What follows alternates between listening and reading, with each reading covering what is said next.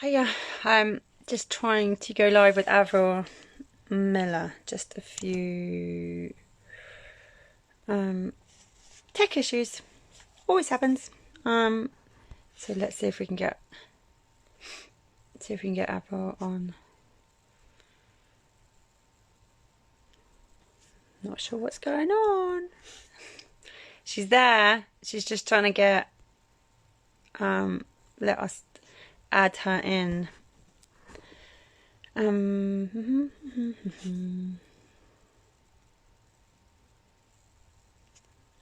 don't know where she's gone, Amanda.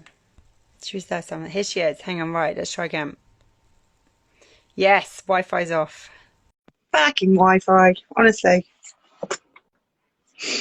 Yay! Yay! Yay! It worked. It wouldn't work through my Mac, sadly. So I shall now put that away, out of the way. Do you know what I found when we started these in March? I spent ages trying to figure out how to do it off my computer. I couldn't understand why you can't go live off computer. It's only phones. Oh, I didn't know that. I didn't know. Well, Yeah. you just have to put up with me wobbling then, because I haven't. I'll see if I can find something. Oh, I've got my thing over there. Never mind. I'll just hold my phone. Yeah. Don't worry. And then you have the whole Wi-Fi issue that it doesn't work a lot of the time if you're running off your Wi-Fi. Honestly. Yeah. Nightmare. It's not. Do you know what? Just social media is just not built for us. It's built for the youth. Well, it's not just that it's built for the youth. What's really interesting is that I work a lot with some very, very deep technologists. I've just come off a call where I was working with a client, and they're building sort of warfare simulation centers where they're doing phenomenal augmented reality, and we're using satellite communications, and we can do all of that. I just can't make a pigging call. I mean, it really is. It is quite ridiculous that we put a man on the moon more than 50 years ago, and we still can't do this. We can't do an Instagram live chat. It's just absolute bullshit. It really is. It's just know your strengths, isn't it? Know what you can do, and let other people do what we can't do. Yeah, but it's not even that, actually, because the technology still isn't good enough. You know, the consumer technology for this still isn't good enough. It's going to have to get better now, obviously. But anyway, exactly. My wins for the morning. But I know I've had several rants. I put a big rant on LinkedIn actually last night. Much to I don't know. My husband hasn't read it yet. I don't think. I'll soon know when he's read it. Yeah. I'll get there to add that. Is that all about how men need to step up, and actually we can't get equality in the workplace if men don't help us out on that front. Yeah, but, we'll get into that. Yeah. But anyway, we've got Avril Millar, who the CEO's CEO, basically, who someone like me needs you in my life at the moment. But you, and I've got your book actually. I've started reading it, The Calmest Future of Work, which I absolutely love the title, because I'm forever going on about how the whole sex and work and sexual confidence in women, it's not separate, and actually the two things shouldn't be sex and work as completely different things, especially for girls, women. If we can, if we can go in and demand what we want in the bedroom, we can walk into a boardroom and demand what we want. So that was the exact premise of the book, and I wrote it 6 years ago, and I'm about to do an update on it because everything has become more relevant since I wrote it. You know, this business is saying we need to have multiple parallel careers and things we can do, and we need to have more confidence. And now working from home has changed everything. So it sort of sat there, not quite fallow, but it sat there, and for a while I thought, I've written it, I'll just forget it. And I'm thinking, no, I could do something with that. So I love it. As soon as I got it, I was like, oh my god! For the first time, I've actually seen what I've been ranting on about in paperback. So it's but you've had to do what you do now, and you're basically the mentor of mentors, so to speak. And you've had so many different jobs in different industries, from, correct me if I'm wrong, wealth management, teaching, engineering.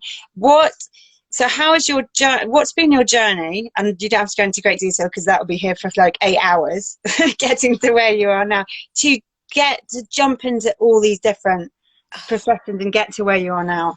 It's like much of life. A lot of it is chance and just opportunity. And sometimes it's bad luck that pushes you in a certain direction and you look back and you think, well, okay, that was good. So I did engineering at Glasgow University in the late 60s, early 70s, civil engineering. My first job was in the Corporation of Glasgow sewage department with thigh-high wellies down the sewers. So we've got to start somewhere, haven't we? And I married young because, in those days we did. I was married at 21. My husband was in the Air Force. We were posted abroad. Officers' wives weren't allowed to work in those days. So I had Mum, I'm an army brat. Mum was that, an officer's wife. So yeah. So we ended up in Malta. So I had my first child, had to do something. Small business. I started a small business out there, but that was my first shot at entrepreneurship. Total disaster, but it was worth learning.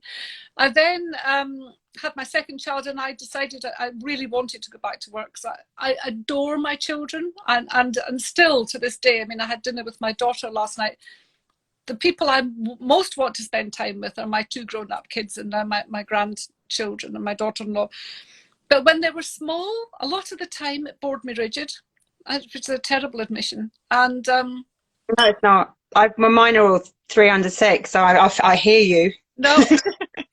And very few people actually own up to the fact that you can love them and find them boring.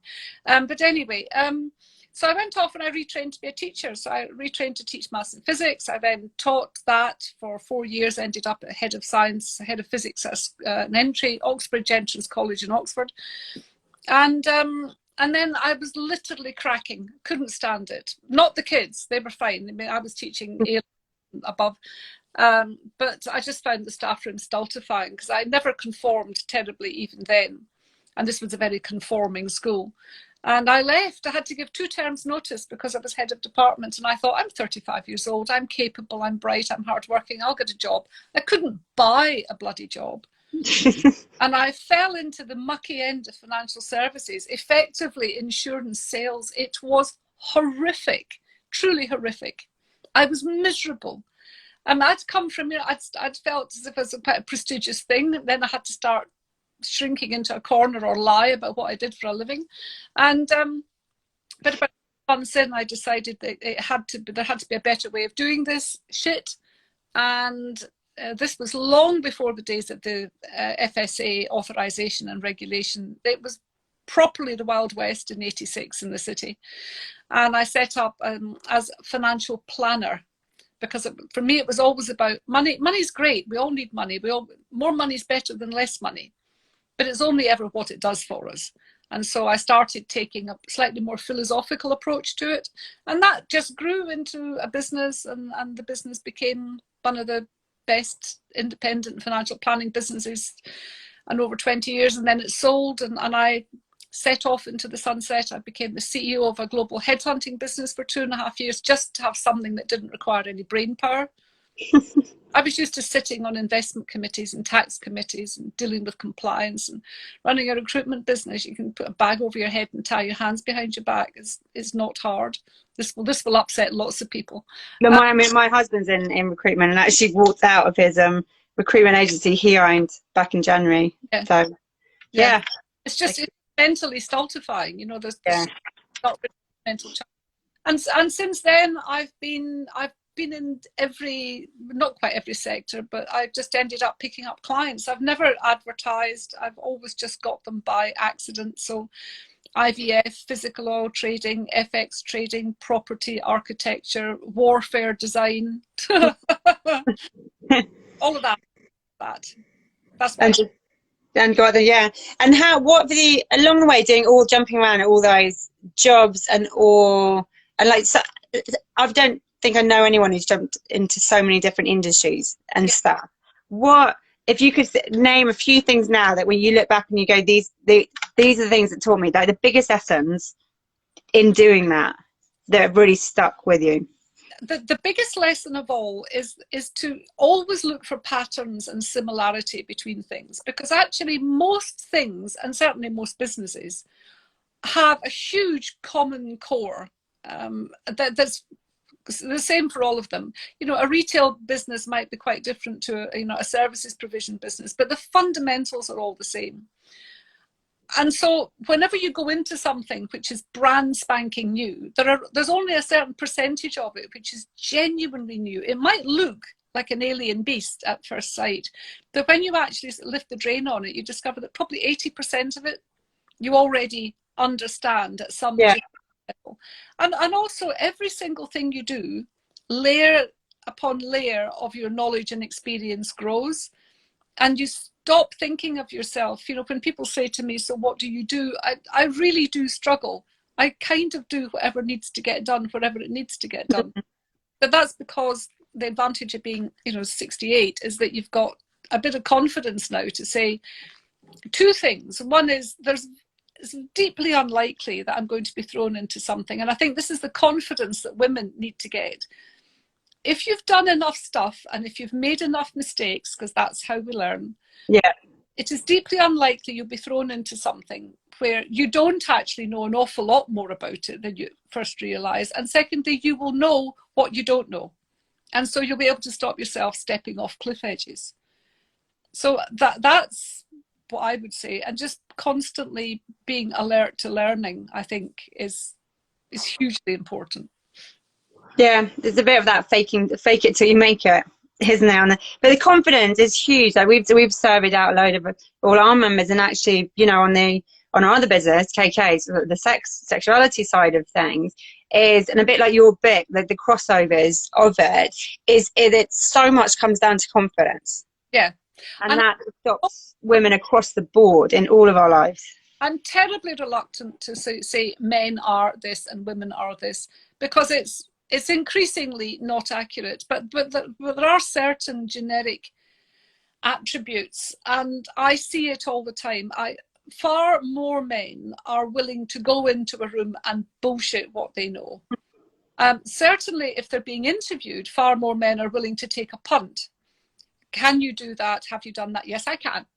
A woman is much more likely to say, yeah, not entirely sure. I could, I'm sure I could, but I might have a lot to learn, and that's of course deeply honest, but that's not what people are always looking for. That when people are hiring someone else in particular, or hiring them to do a job, you've just taken their reputation on. Yeah. There's the old expression, you never got fired for hiring Cisco.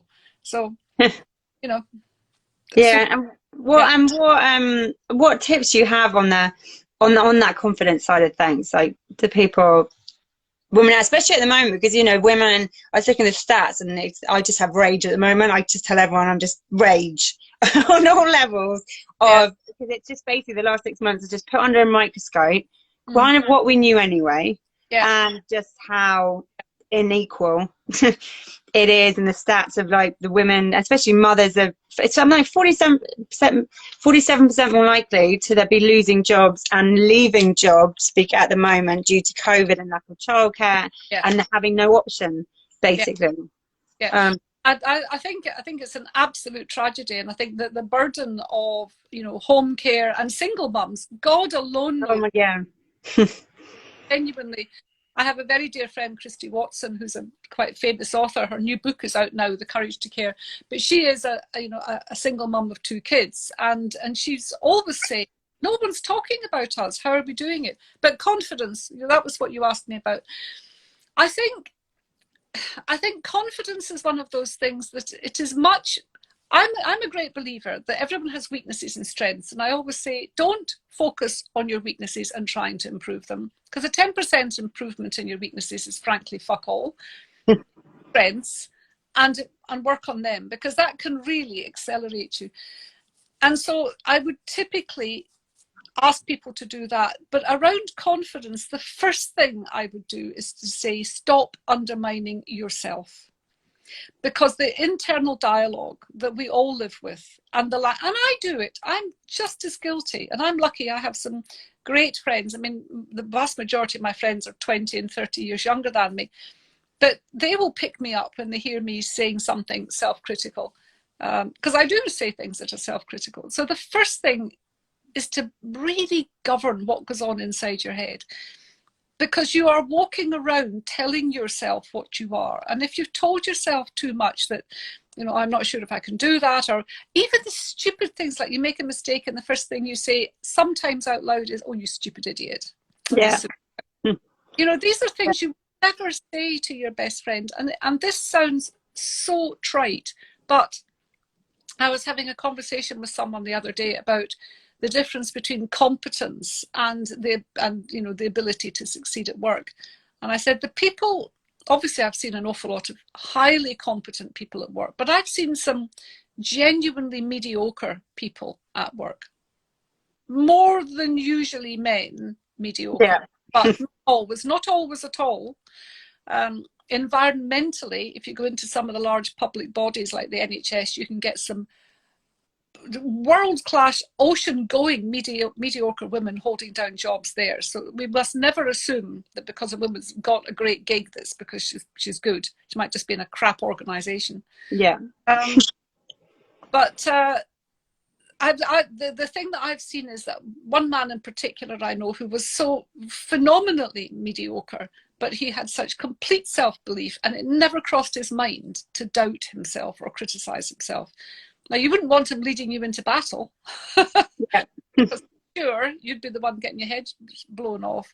But that as a starting point is the biggest starting point of all. And the second bit is not to take it personally when you get things wrong. Yeah, because that's quite a female thing, isn't it? Is actually being able to switch off your own work mode or business mode, or because we are more emotional, and we do take things on like that. I've noticed with, you know, teams around me and stuff, it's actually, you know, men are much more able just to go, well, they're criticising me at work. They don't then go and sulk and talk to you for a week, because you know what I mean, whereas women are much more like just going, fuck you, she's having a go at me and she's criticising me, and you know what I mean, it's like Look, I think the reality is that we've spent such a lot of time, and remember, you know, I was out in the workplace before any of you were born, really, pretty much. We've spent such a lot of time trying to say, well, you know, women are absolutely the equal of any man in any job. We can go and do it, and you know, we've proved that in so many areas. But we are wrong if we don't recognise the differences between men and women. Yeah. And women are more emotional in the main, and women tend more often, and again, not using this great homologous, you know, archetype, but women tend in the main to take things more personally. Women tend to go and fret more about it. They worry more about whether they've hurt someone or whether someone's been unfair to them. More empathy. Much more empathy. And I think if there was some way of, in fact, that talking about this warfare thing, one of the things they can do now is they can put biometrics all. In fact, you can swallow a pill now, which will deliver the biometrics of what's happening in a soldier when they're, you know, doing warfare training inside a building with ballistics going off all over the place. If we were able to swallow a pill and have demonstrated to ourselves and to each other, this is what is happening physiologically to me when some of these incidents happen at work, we would have a much clearer idea of where we have sensitivity and pain being caused, and the things that rub us up the wrong way or destabilizes. And it's a very, very real thing. And I think it's a great shame that it's treated as a weakness, because why are the caring professions almost entirely female? It's not just because most men don't go into it because it isn't paid well enough, although that's one of the very good reasons. Yeah. The other one is because women are naturally carers and empathizers, but that can come with an awful lot of discomfort and pain. Yeah, if you're picking up the energies of people around you, it can be exhausting. Yeah. Whereas I know a lot of men who just sort of walk into a room and they're whatever. Yeah. You know what I mean? They don't pick up on anything. And at the moment, so just moving on to like COVID and at the moment, and you know the way working conditions have changed. There's been, I know, well, me personally, and people who are suddenly working from home and having to, you know, juggle. Like last night, we went to talking, and I was like, the hubby's off doing hockey. Childcare's falling through. I've got a 2-year-old who's got chicken pox, who I'm fairly sure is not going to be asleep. And I knew the 3-year-old would be asleep, but the 5-year-old joined a chat last week and was feral for like 10 minutes at 9 p.m. And you just got to own it, haven't you? You go that, you know, and I've got this monitor on full blast at the moment because the chicken pox one is asleep and she could wake up at any minute now. But I haven't got anyone else to go and get her. Yeah. I think one of the great things that, I mean, I'm so sick of Zoom calls. I'm a people person. I like to be out there, and I still am going out and having coffees and meetings with people because I would crack. I live alone. I would literally crack if I didn't go out and meet human beings. But I think one of the great things that has come from this whole thing and our endless Zooms and Google Teams and Meets and everything else is we've had to become much more forgiving. Do you remember last year there was a video that went around YouTube where someone was being interviewed in the news and the baby came in on the baby walker and the nanny tore in behind to try and scream, and it was, you know, it was hugely funny. Everyone thought it was hilarious.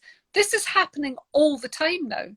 Yeah. It is impossible to do all the Zoom calls that we're doing without the doorbell ringing, the cat vomiting on your laptop, you know, whatever it is. And I think it's humanizing, whereas much of it is dehumanizing because we're no longer in the physical company of people. Yeah. It is also simultaneously very humanizing because, I mean, you know, we're all trying to put the best on it. I mean, I can sit anywhere around in this room and this looks reasonably tidy, but I promise you if I spin round in another direction, you're going to see it's not. I'm sat on my bed, and if I turn it round to this pile of washing that's going on over here. Exactly. Yeah, and I think that is good. You know, we're seeing that life is messy.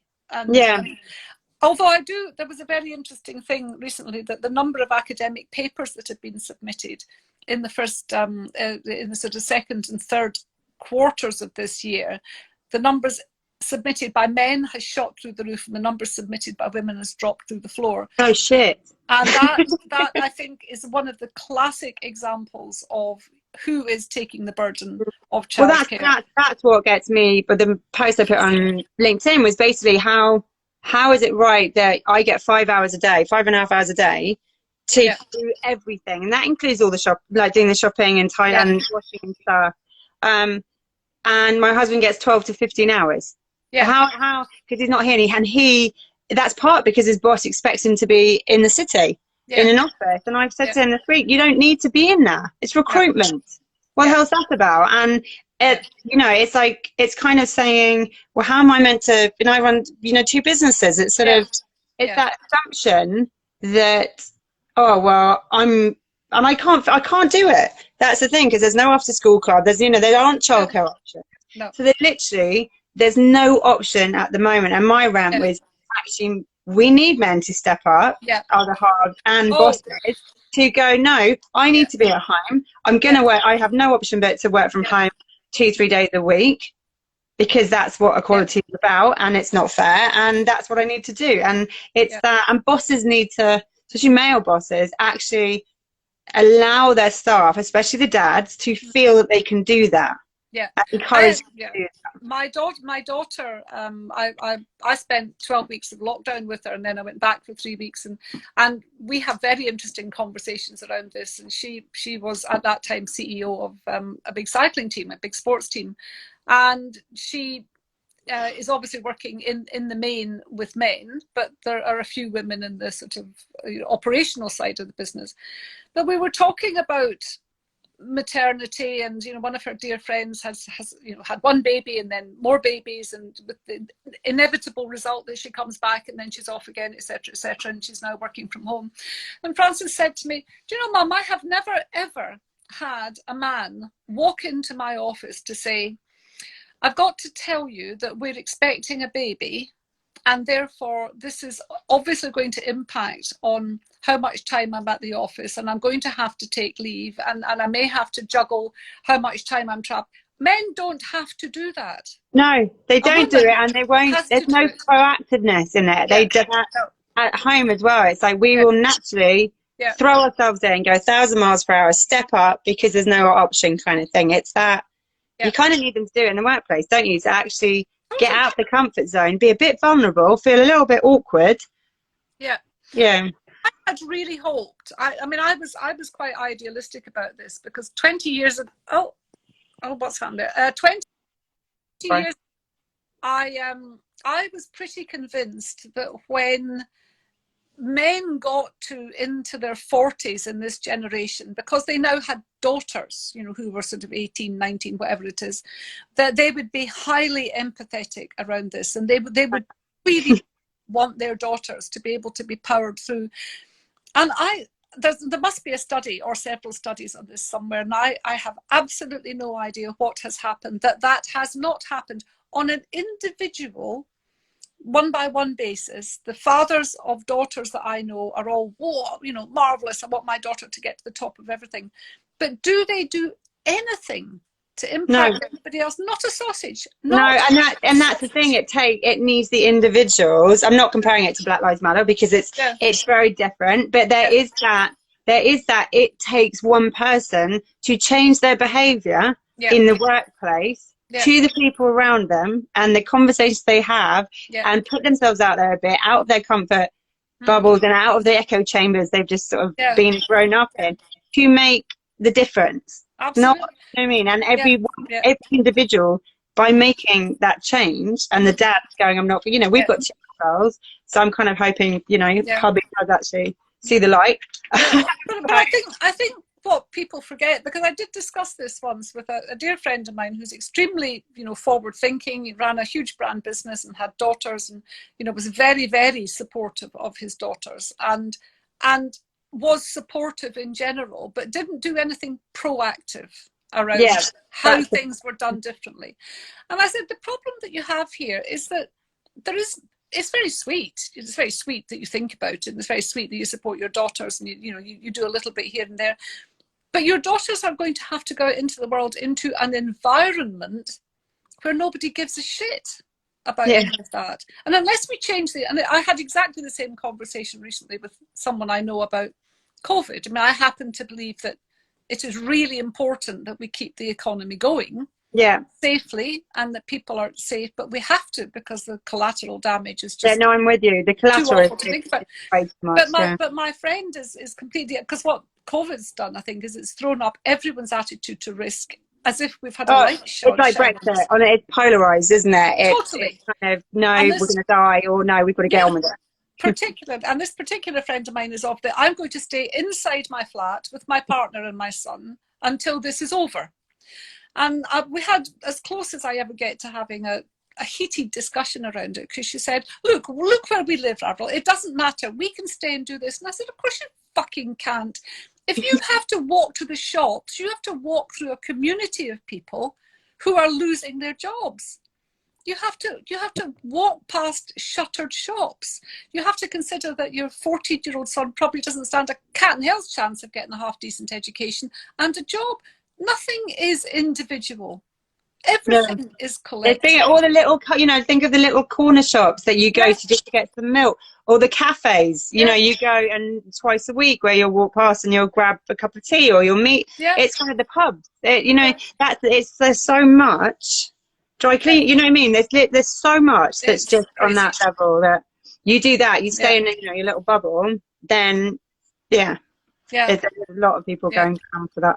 That's another bit of my rage, honestly. I know, mine too. I'm trying to avoid the ranting. I managed it for a bit, and because I'm used to traveling around and being out, and I need my people. I'm used to being out 2-3 nights a week, and I get energy of people. I'm that offline person, and it's just like my CEO yesterday, I met him in town, which is the 3rd time since March been in London, and I was like, fucking miserable, these waitresses stuff, and he went, you are turning into such a grumpy old man. I went, I need people.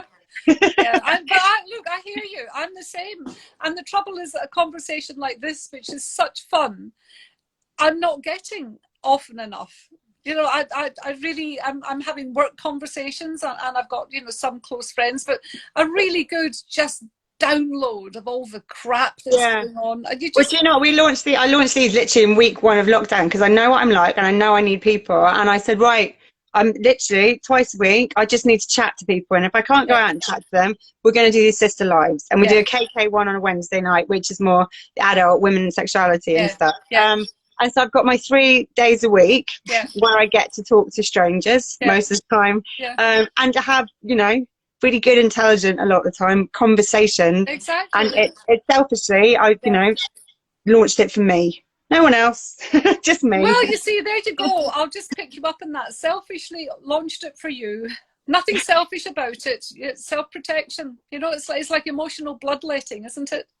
I mean, just the fact you went out and did it is phenomenal, and you did it so quickly, and you thought, okay, I need this. If I need this, other people need this.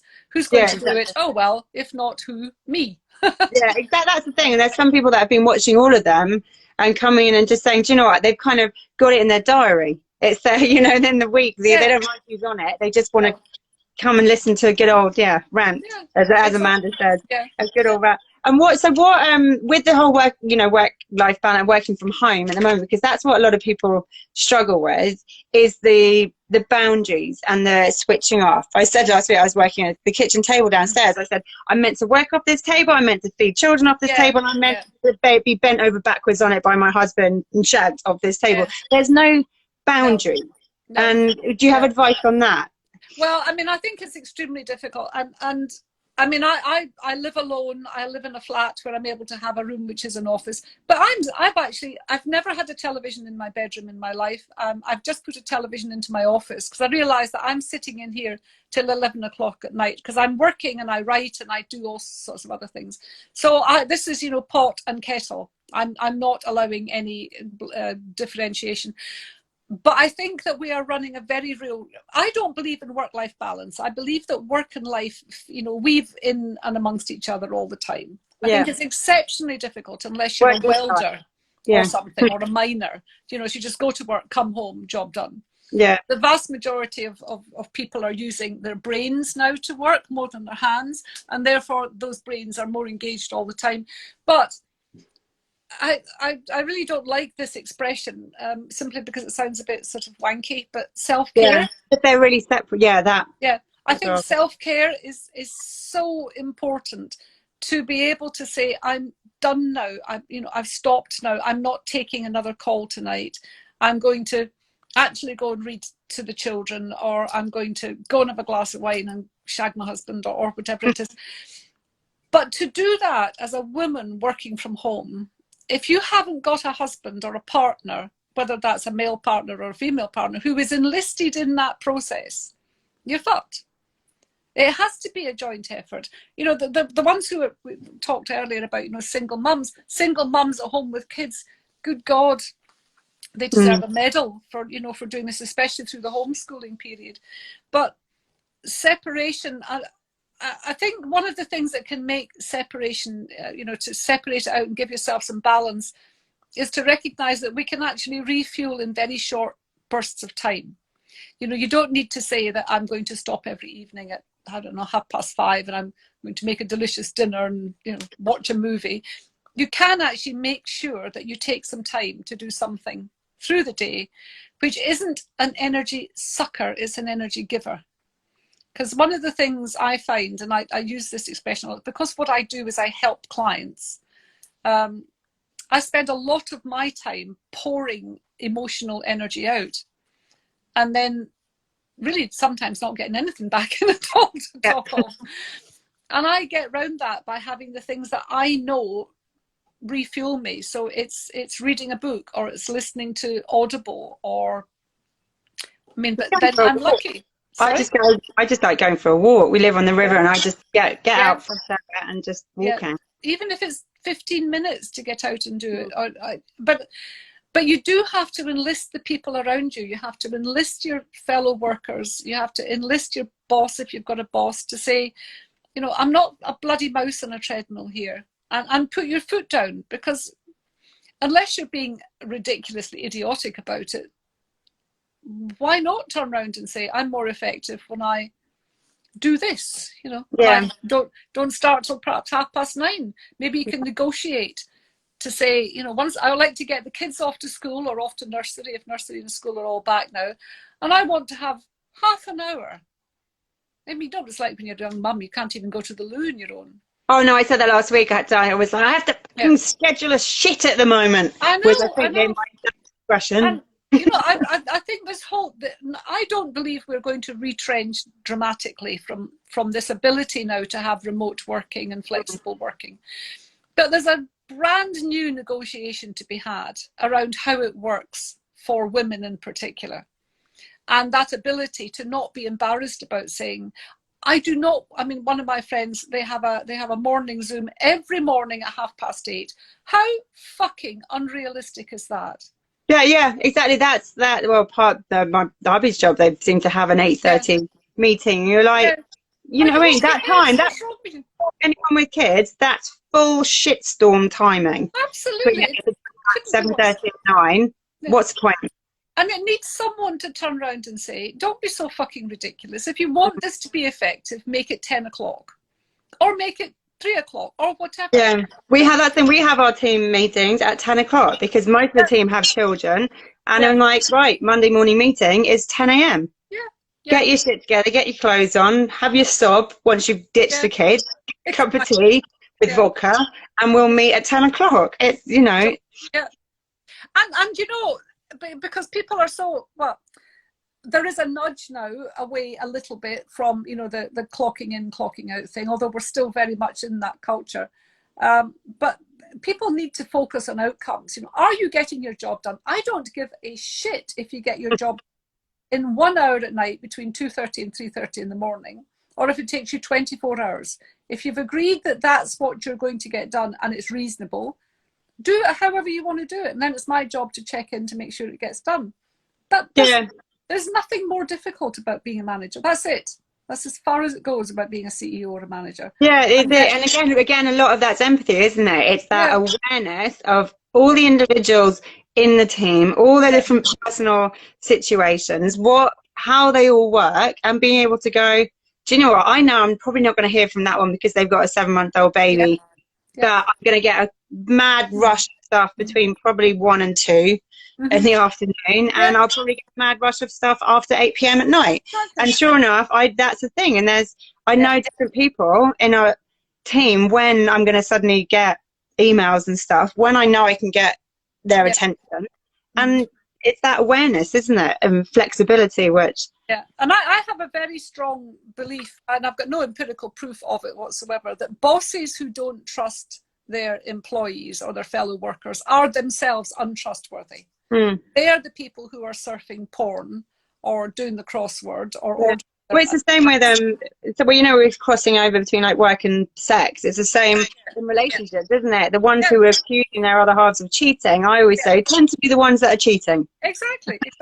And it's the biggest red flag to me is when someone wants controls around everything and you think, so you are not any good at controlling yourself and you're just assuming that the rest of the world is a reflection of you. Well, you can just fuck off because oddly enough, it's all managed. It's that projection, isn't it? And it's and also it's being able to see across the board if someone's having a go at you or someone's, you know, being a bit off, not, as you said, not to take it personally and to be able to go, you know, they're just projecting the shitty situation they're in personally or whatever's going on with them. It's not, it's not you. Yeah, I mean, it's like I was saying, if we were able to swallow a pill which demonstrated on a little tablet or something everything that was going on inside us physiologically and perhaps a little video running but showed everything that was happening to us emotionally, you would look at people very differently because you would look at someone now perhaps with empathy and some compassion because you would think, oh Jesus, they're having a really shit time, but it's playing out by them being a twat, you know, whatever it is. So that's easier said than done because the number of times I just want to punch someone, just, you know. Yeah, but that's the bit you're probably self-aware enough to know that you're having a punching day, so you stay away from people. I know sometimes I haven't even gone into the office because I've gone, the PMT is strong. After each child it's got worse. And I know I'll probably go in and say something I regret, so I'm just going to work from home. Okay. That's very wise. That's very wise. There should be something that, well, there's a big thing in sport now around female sport. There's a wonderful woman, Ellen, someone whose name I've forgotten, who is doing some very interesting coaching around how women's menstrual cycles impact on their sporting performance, not just at a competitive level, but for people who are natural, you know, triathletes or voluntary athletes.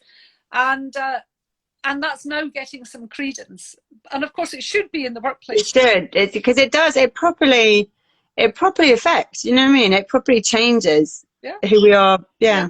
And there's a lot going on menopause as well, isn't there? Within workplace and that education around menopause needs to be up because that, so that people do understand, especially, you know, male colleagues, what going on.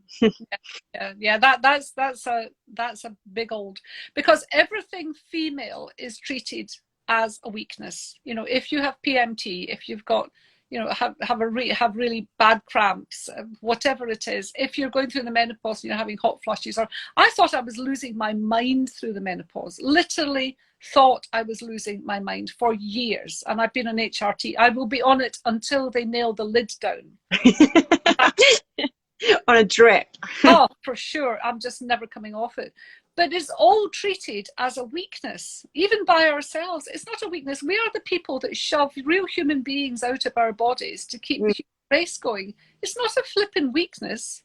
Yeah, but even being pregnant's a weakness, isn't it? And the whole baby brain, and which is hormonal, and no, madness. Yeah, we'll get there. We'll get there. Have you always had, because, you know, as I said, you're like the mentor of mentors. Have you always had mentors in all the different jobs and industries you've done? Has it always been something that helped you massively? Yeah, I've rarely had formal mentors, but I've always sought out people who knew more than me, who'd done more than me before. I still do. And they're not, the thing that I think is so brilliant now is that so many of my mentors are 30 years younger than me. So there are people, you know, Justin, who I work with in the deep tech business, happens to be a bit of a polymath, entirely self-taught. What I learned from him around how I approach specific projects is just extraordinary. I mean, I would say my daughter's a mentor now. I mean, she's much more, she's much more balanced than I am. And so sometimes I'll ring her up for a rant and just say, well, Mum, I'm sort of maybe approaching it like this.